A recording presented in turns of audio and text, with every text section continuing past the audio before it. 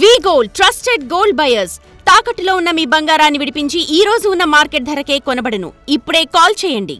Big boss season 9 ఆసక్తికరంగా మారిందని చెప్పొచ్చు. ఎప్పుడైతే 6వ వారంలో కొత్త కంటెస్టెంట్స్ వచ్చారో అప్పటి నుంచి చూడడానికి అభిమానులు కూడా ఎంతగానో ఆసక్తిగా చూస్తున్నారని చెప్పొచ్చు. అయితే 7వ వారంలో మాత్రం నామినేషన్ ప్రక్రియ ప్రతి ఒక్కరికి కూడా ఆశ్చర్యానికి గురి చేసింది. ఎప్పుడైతే నాగార్జున అంటే సండే సాటర్డే కూడా ఏం జరుగుతుందో మనందరికీ కూడా తెలిసిందే. నాగార్జున వచ్చి ఎవరెవరు ఏమేమి మిస్టేక్ చేశారనేది పూసగుచ్చినట్టుగా కూడా మొత్తం వీడియోస్తో సహా మొత్తం కూడా చూపించడం జరిగింది. అయితే 2 చేతులు కలుపుతేనే చప్పట్లు అనే సీన్ కూడా చూపించడం జరిగింది. అది చూసిన తర్వాత ఖచ్చితంగా ఈసారి నామినేషన్ ప్రక్రియ ఏ విధంగా ఉంటుంది అనేది కూడా జనాల్లో ఆసక్తి పెరిగిందని చెప్పొచ్చు. అదే విధంగా ఉంది. మరి ఆ తర్వాత కూడా ఇస్తున్న టాస్క్ కూడా బిగ్ బాస్ మరి ఏం ఆలోచించి ఇచ్చారో తెలియదు, కానీ ఒక్కసారిగా హౌస్ మేట్స్ ఎంత ఎంజాయ్ చేస్తున్నారో అంతే ఎంజాయ్మెంట్ కూడా అభిమానులు చేస్తున్నారని చెప్పొచ్చు. దీని మీద పెద్ద పెద్ద డిబేట్స్ కూడా జరుగుతున్నాయి. అభిమానులు ఎవరు గెలుస్తారు, మరి అంతకంటే ముందు ఈ వీక్ నామినేషన్ ఎవరవుతారు అనేది మాత్రం ఎంతో ఆసక్తికరంగా ఉందని చెప్పొచ్చు. ఎందుకంటే ఇప్పుడు వరకు ఉన్న కంటెస్టెంట్స్ అందరూ కూడా టాప్ 5లో ఉండవలసిన వాళ్ళు. మరి ఈసారి మరి ఎవరవుతారు అనేది మాత్రం పెద్ద క్వశ్చన్ మార్క్గానే ఉంది. కానీ కొంతమంది అభిమానులు మాత్రం రీతు అవుతేనే బెస్ట్ అంటూ కూడా కొంచెం కామెంట్ చేస్తున్నారని చెప్పొచ్చు. అయితే ఈసారి బిగ్ బాస్ ఇచ్చిన టాస్క్ ఏదైతే ఉందో దాంట్లో 2 టీమ్ లీడ్స్ కూడా ఉన్నారు. వాళ్ళే ఒకరు సంజన అండ్ ఇంకొకరు మాధురి.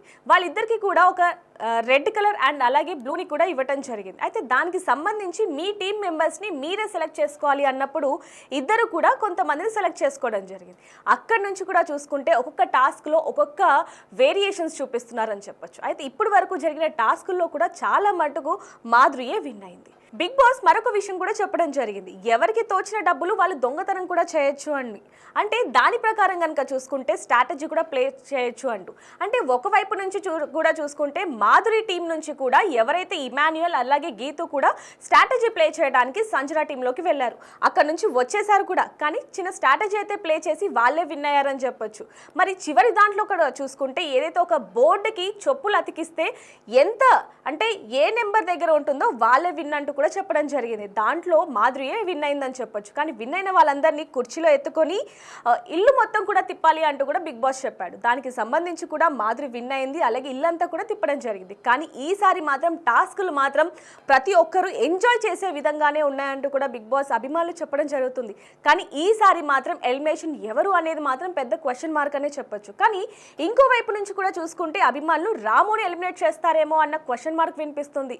ఎందుకంటే రాము ఈ మధ్య కొంచెం డల్ అయ్యాడు, ఎక్కువగా టాస్క్లో పార్టిసిపేట్ చేయట్లేదు అంటూ కూడా రాము అభిమానులు చెప్తున్నారని చెప్పొచ్చు. మరి ఈసారి ఎవరు ఎలిమినేట్ అవుతారనేది మాత్రం చాలా ఆసక్తికరంగానే ఉందని చెప్పొచ్చు. అంతకంటే ముందు మీకేమనిపిస్తుంది అనేది కింద కామెంట్లో చేయండి. ఎందుకంటే ఇప్పుడు వరకు ఉన్న ఎవరైతే నామినేషన్లో ఉన్నారో వాళ్ళందరూ కూడా టాప్ 5లో ఉండే వాళ్ళే అని చెప్పొచ్చు. మరి అలాంటిది మరి ఈసారి ఎవరైతే నామినేట్ అయ్యారో వాళ్ళందరిలో ఎవరు ఎలిమినేట్ అవుతారనేది మీకేమనిపిస్తుంది అనేది కింద కామెంట్ చేయండి. మరిన్ని వార్తల్ని చూస్తూనే ఉండండి బిగ్ టీవీ.